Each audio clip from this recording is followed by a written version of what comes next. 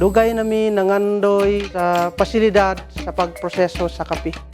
So wala pa ning pasilidad nato sa kape, so naarami diya sa kalsada nagabuladog kape. He is Ray Antique, chairman of the Tipolo Farm Workers Association or TIFWA, who belongs to the Bagobo Tagabawa tribe in Barangay Tibolo, Santa Cruz, Davao del Sur. Ray leads TIFWA in brewing their dreams to have a modern coffee processing facility to improve the quality of their green coffee beans. Through the support of the Philippine Rural Development Project or PRDP, they enhanced their processing techniques, improved product quality, and expanded their market reach. So sukad iabot na ning atong solar dryer, mas paspas na ang among pagpauga o mas sigurado na pod nga limpyo ang atong kape. Karon mas paspas ang among pagproseso sa kape ug nindot kayo ang kalidad.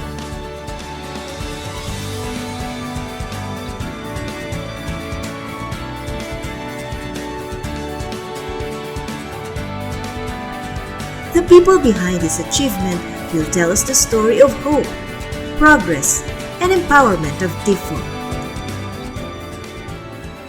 Ang Green Coffee Beans Processing and Marketing Enterprise nikabat kani og 18,221,090 pesos. Gipondohan ni World Bank, Department of Agriculture ug ni EU co-financing. Atay 103 coffee farmer beneficiaries, 100% IP sila, nga ginatawag nga Bagobo Tagabawa.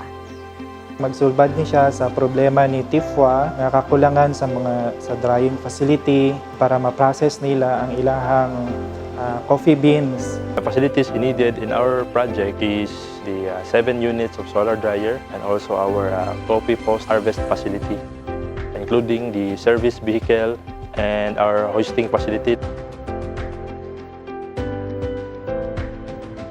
Una is nag-conduct tayo ng pre-construction conference. Nag-conduct din tayo sa PRDP ng IQMDS training or yung Infrastructure Quality Monitoring and Durability System.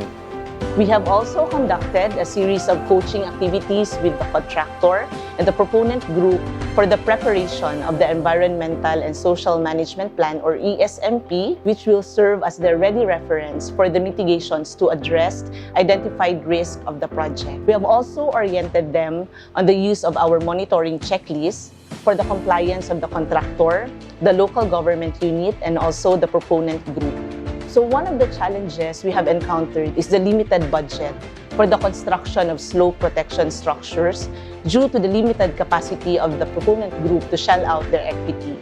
But to address the issue at hand, we seek the guidance of our counterparts from the NPCO and PSO Mindanao, and we have closely coordinated with the iBuild component for the incorporation of the appropriate slope protection measures without additional cost to the project. The proponent group also, with the assistance of the local government unit, initiated low-cost environmental mitigation measures such as planting of trees and vegetation. We ensure that the project does not adversely affect the people and the environment. TIFWA was blessed enough to have been in partnership with a very supportive company like Paramount Coffee. Paramount Coffee primarily sources its green coffee beans from local tribal groups such as TIFWA at the foothills of Mount Apo to help preserve their culture and way of life.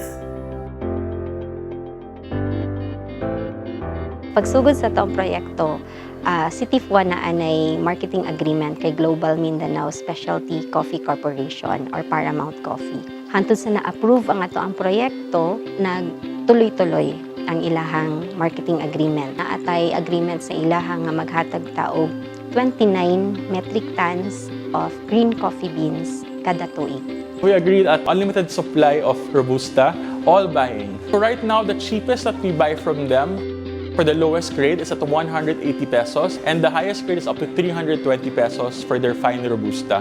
We also do by Arabica and the price before was around 200, I think, and now we buy it at 400. Typically every 2 weeks, there's a delivery. kahit na 1 sack lang or 2 sacks because they also have to sort the coffees, they have to process, they have to quality check the coffee. The Green Coffee Beans Processing and Marketing Enterprise is more than just a project.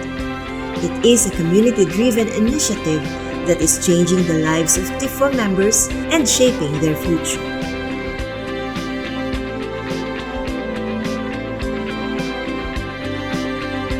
Ma-increase ang ilahang income, mag-empower o maghatag pod og trabaho sa ato ang mga kababaihan, no?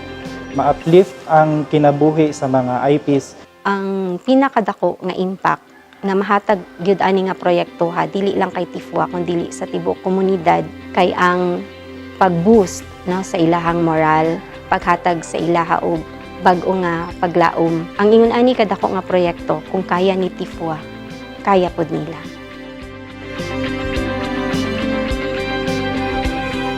Dako nga akong kalipay tungod kay isa ko sa nahimo nga instrumento no sa paghatag kay TIFWA ani nga proyekto. I feel very proud and also nakakataba siya ng puso kasi naging part ako sa team na maging totoo yung panaginip lang ni TIFWA. Mao na ni ang sinugdanan sa inyohang pangandoy. Ang pingi kini hinaot pa nga maabot gyud ninyo inyohang gipantinguha sa inyohang kinabuhi. Nagapanghinaot mi nga ang gihatag sa inyohang mga facilities nga magamit jud ninyo og insakton ug ma-share ninyo sa inyohang community ang mga blessings nga nahatag sa inyo. Rest assured that the CES team will remain committed in accompanying TIFWA on its journey towards sustaining the coffee processing and marketing enterprise. Dako ko salamat sa DIPRDP, labi na sa pag-facilitate nila ani pagpahiluna aron makabot namo ning mao nga coffee processing og sa sundry sa World Bank sa iyo nga nagpundo aron na aduna ni nindot nga coffee processing. This is the Tibolo Farm Workers Association, where passion meets purpose and dreams become reality.